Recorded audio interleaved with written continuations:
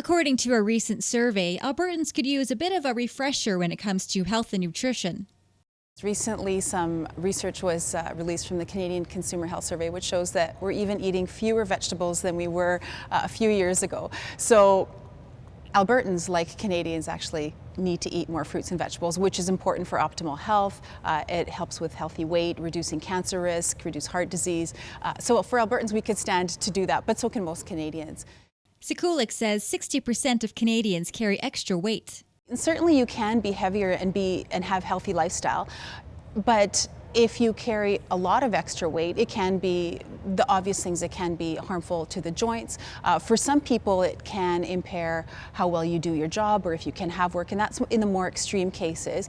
Certainly, research shows that if you carry more weight and you are at a higher weight, it does put you at higher risk for certain chronic diseases. And studies show that people who do carry a lot of extra weight tend to have higher rates of depression, and possibly it could affect their mental health. Sekulik recommends keeping track of how much you're eating, either in a journal or using an app. When you record what you eat and what you drink, it actually brings greater self-awareness. And when you are more self-aware of what you're eating and drinking, you tend to self-regulate a bit more. And research shows that. Research shows that people who write down, it could be pen and paper, it could be on an app, it could be on a website, they actually start to tend to eat less and tend to lose weight because of that self-awareness. Once you're aware of how much you're eating, you can then control the portion sizes. 1 cup of leafy greens, for example, is considered a serving according to Canada's Food Guide. Half a cup of cooked vegetables is considered a serving, for example. So what people can do is, once they've served themselves on a plate, is and it depends on your level of motivation, but you can actually measure how much you actually are putting on your plate. Because interestingly enough, if you serve yourself on a larger plate, you typically will tend to eat more food. So if you really want to be accurate or get a good picture of how much you're eating, that might be a good first step. Measure how much cereal you're putting in your bowl in the morning, because half a cup of hot cereal is considered a serving according to Canada's Food Guide. So see how much cereal you are putting in your bowl, because chances are if you have a bigger bowl at home, you're probably eating 2 or 3 times more than you think you are.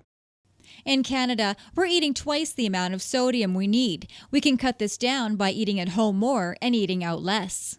People tend to eat a bit smaller portion sizes at home, and you can control how many prepared foods that you are eating, how much sauce you're putting on things like fish sauce, soy sauce, teriyaki sauce, let alone if you salt your vegetables or your pasta or any of the grains that you're eating.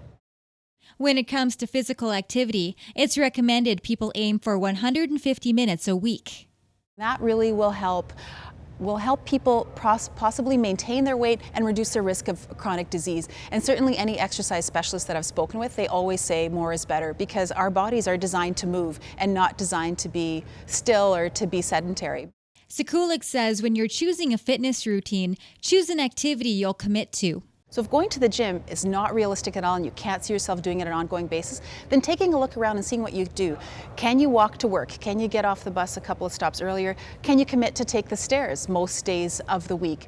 Perhaps go for a walk break instead of a coffee break, or at your lunch break taking a walk. So looking at what's realistic and what you actually enjoy doing. Tammy Karachik, Shaw TV, Capital Region.